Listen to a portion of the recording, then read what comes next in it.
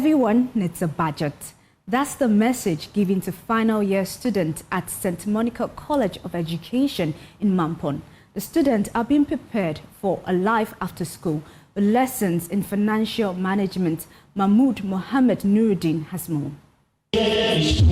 For many students, graduation is a big step into the real world, but with that step comes the challenge of managing money. At St. Monica's College of Education, final year students are being introduced to budgeting, a tool to help them balance income, savings, and expenses. Finance Officer Isaac Osei-Kwarteng told the students that monitoring where money goes helps to identify needs, wants, and long-term goals. Having gotten their first paycheck, how they can maneuver or meander their way through so that they can be financially independent. But if they're able to get some of these things, orientation earlier, it really helps them so that they will know at the end of the day what is expected of them.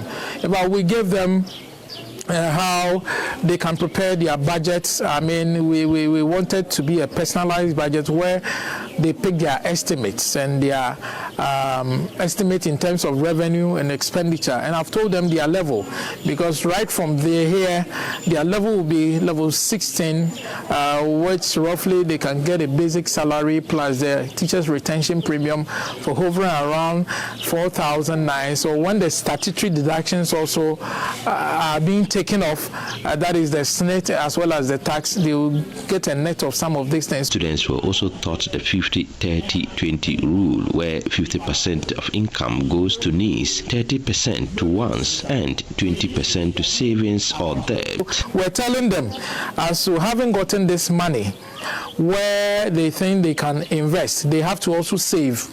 But the point is that at the end of the day, I told them that investment is better, because you can go by the formula, which is the 50-30-20, which is the 50 for the necessities and the 30 for discretionary spending, of which where you have opportunity to kind of do some of the expenditure, which will also add up to your savings. The last one is the 20%, which is savings.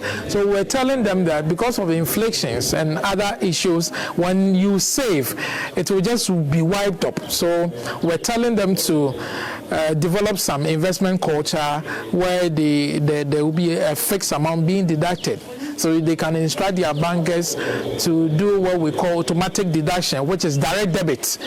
So initially, I used to spend without a budget. I used to spend without thinking about what to use some of the money for. But with today's lesson on the 50-30-20 strategy, I've learned to prioritize my needs, and then I have learned to save some. Initially, I didn't know much about networking, but now I've got to know the importance of networking, how to connect with people, and how it will help me in the nearby future, because the world is all about networking. I used to save less and spend more, and I used to even give money to my friends to spend lavishly, but I got to know that I should save to invest, and investment is very, very good. I've got to know that as a female facilitator, you have to compete with the outside world. You don't have to be stuck at a particular place. Explore different opportunities.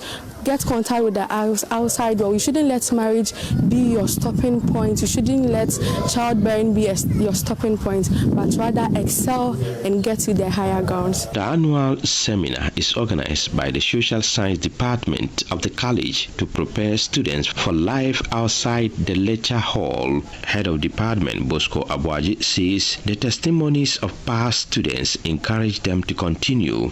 Because of what we did last year, I can confidently say that most of our students have had opportunities to travel outside to study on scholarship, not just going there to hustle, but most of them are on scholarship. And as the head of the department, we've been writing recommendation letters for them, because once we introduce them to these programs, they become aware of what to do and what not to do, especially when we want to travel outside. Holding the seminar for them is just to prepare them for the world outside school, how they're going to work, how they're going to spend their money, how they're going to live in communities or places that they've never been before. One of the speakers spoke about how they manage their resources, save whatever.